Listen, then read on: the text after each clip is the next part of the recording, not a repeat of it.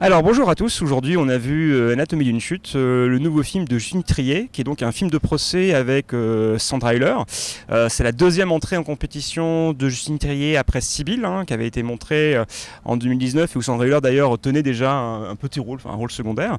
Alors Chloé, je me tourne vers toi, qu'as-tu pensé de ce film et de cette incursion donc, de Justine Triet avec Arthur Harry, donc qui a le réalisateur de Noda, qui a co-scénarisé le scénario dans le cadre du film de procès.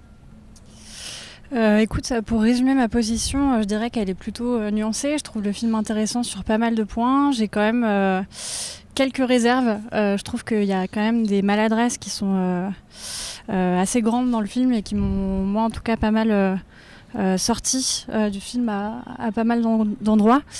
Peut-être pour commencer sur ce que j'ai trouvé le plus intéressant. Je crois que j'ai plutôt bien aimé la manière dont le film arrivait à préserver le trouble et peut-être même on pourrait dire un petit peu un certain doute jusqu'à la fin.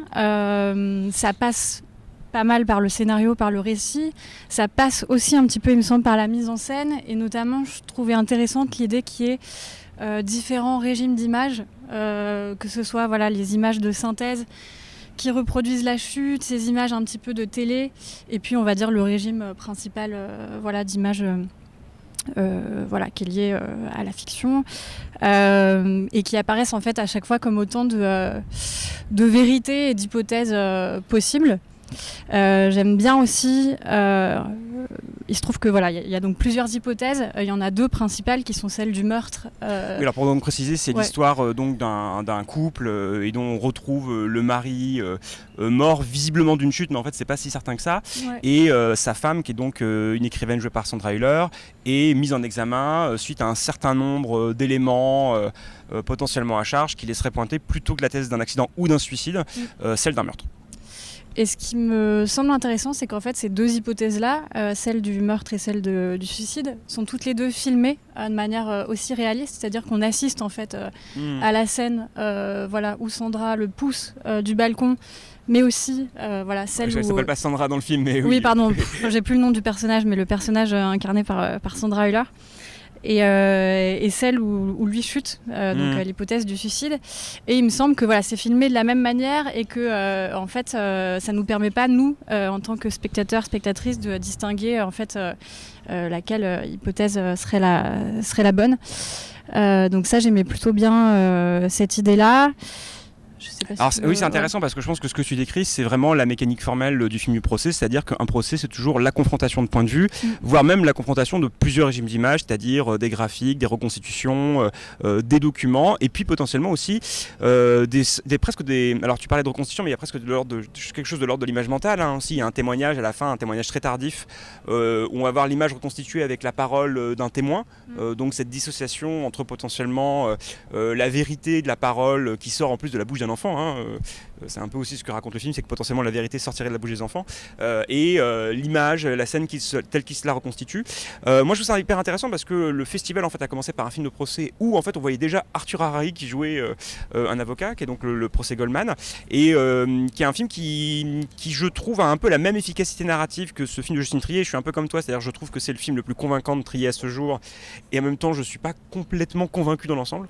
J'ai l'impression que les deux films tirent un peu quelque chose de différent, c'est-à-dire d'autant que le film de Justine Triet va en plus en dehors de la salle de cours, contrairement à Cédric Kahn, qu'on voit un peu aussi le quotidien de ce couple, qu'on voit aussi les prémices de la mort du mari, qu'on voit le retour à la maison, etc. Enfin, on voit un ensemble d'éléments qui sont complètement absents de ce film de procès-là. Mais j'ai l'impression en fait surtout il tire des conclusions presque un peu différentes, c'est-à-dire que là fondamentalement le cadre du procès c'est le terreau d'un portrait psychologique, alors par endroits assez fins et avec des idées qui sont intéressantes. Par exemple, le fils est aveugle, et ce qui est assez beau, c'est qu'on le découvre, je crois, au moment même du début du procès, où on le découvre au moment où, alors pas au moment du procès, au moment des interrogatoires, et en fait on se rend compte que ses yeux sont un peu vitreux et qu'il utilise des scotch qui ont une texture un peu différente pour se repérer. Et en fait c'est quelque chose qu'on voit pas dès le départ parce qu'il porte des lunettes de soleil et que l'action se passe dans un chalet à la montagne, donc il y aurait quelque chose presque d'indécidable sur la cécité du personnage. Ça c'est assez fort, mais je trouve quand même que, en fait c'est presque une... faudrait presque se poser une question plus large, c'est-à-dire, en fait, c'est un scénario un peu en béton armé, je dis pas ça de manière négative, c'est-à-dire c'est un scénario assez finement tressé, mais la question qui se poserait, c'est moins tant de est-ce que le film est bien, mais qu'est-ce qu'on attend du cinéma, c'est-à-dire est-ce qu'on attend d'un scénario extrêmement précis, qui produise une forme, qui produise un ensemble de dynamiques, ce qui semble être le cas, par exemple, dans le film de Srenin Khan, sur lequel on a écrit, Marin Gérard a écrit, mais sur lequel on n'avait pas fait de vidéo, et qui a notamment l'idée hyper intéressante, c'est-à-dire que en fait, la recherche de la vérité dans le cadre d'un procès, ce serait presque la juxtaposition de deux quêtes. D'abord une quête de la raison et une quête presque de la passion, c'est-à-dire qu'il faut aussi mettre à jour les affects, la personnalité d'une figure, et c'est pas neutre un procès, c'est-à-dire qu'il faut quelque part trouver un équilibre entre la froideur des faits, d'ailleurs l'avocat joué par Swan Arlo est un peu dans cette espèce de dissociation-là entre les faits et potentiellement quelque chose qui serait de l'ordre d'un affect plus personnel, mais là j'ai l'impression quand même que ce que se construit le film en termes de montage, en termes de structure de scène, c'est finalement on va un peu explorer l'intimité de ce personnage féminin et de son mari défunt, on va explorer les zones d'ombre, l'ambiguïté, le rapport avec son fils, il y a aussi un espèce de suspense qui s'organise à ce moment-là. Je pense qu'en fin de compte, le film, même s'il le fait plutôt bien, suit en fait une espèce de volonté psychologique, quoi. C'est-à-dire c'est un film fondamentalement psychologique et qui sur ce terrain-là s'en sort plutôt bien, mais en même temps je pense que c'est un peu sa limite, c'est-à-dire que ça va pas forcément au-delà de l'étude d'un personnage, certes complexe et nuancé, certes interprété avec une certaine finesse par Sandra Hüller, mais je suis pas sûr que le film aille vraiment là de ça. Je rebondis sur deux choses. Du coup, ce que tu dis sur la recherche de la subjectivité, enfin la recherche subjective, moi j'ai bien aimé aussi l'idée des projections. Donc ces gouttes de sang que va laisser le corps au moment de sa chute. Et le terme me paraît assez intéressant parce qu'en effet, en fait, finalement, on se rend compte que la vérité, le verdict, etc., dépend précisément en fait des projections de chacun, de ce que chacun va s'imaginer. Et en fait, c'est très beau, mais c'est vraiment l'idée scénariste, ça, tu vois, l'idée oui, totalement. La polysémie du terme projection. Mais c'est une belle idée. C'est une belle idée, oui, j'ai je suis trouvé. Et du coup, en effet, on a un peu cette impression que chacun cherche à être neutre, mais personne n'arrive à l'être. Vraiment jusqu'au personnage de l'avocat, du coup, qui on le sent qu'il croit un petit peu ce personnage joué par Sandra Hüller parce qu'il est toujours un petit peu amoureux d'elle, etc. Enfin, il y a chaque personnage... l'avocat joué par Swan Arlo. Oui, voilà, oui. Et par contre, du coup, pour rebondir sur l'idée de l'enfant aveugle, moi, pour le coup, ça fait partie des choses que j'ai pas trouvées très à droite ou qui m'ont sorti un petit peu du film. Sur la question, je dirais un petit peu bêtement, mais de la vraisemblance. Moi, effectivement, j'ai mis du temps à comprendre que cet enfant était aveugle et j'ai trouvé ça curieux, quoi. En fait, cette histoire de scotch, j'ai pas tout bien compris au début. Ça s'est éclairé un petit peu après, et j'ai trouvé ça curieux, quoi. Qu'en fait, cet enfant, il découvre son père mort, a priori en le voyant, quoi, en voyant le corps mort.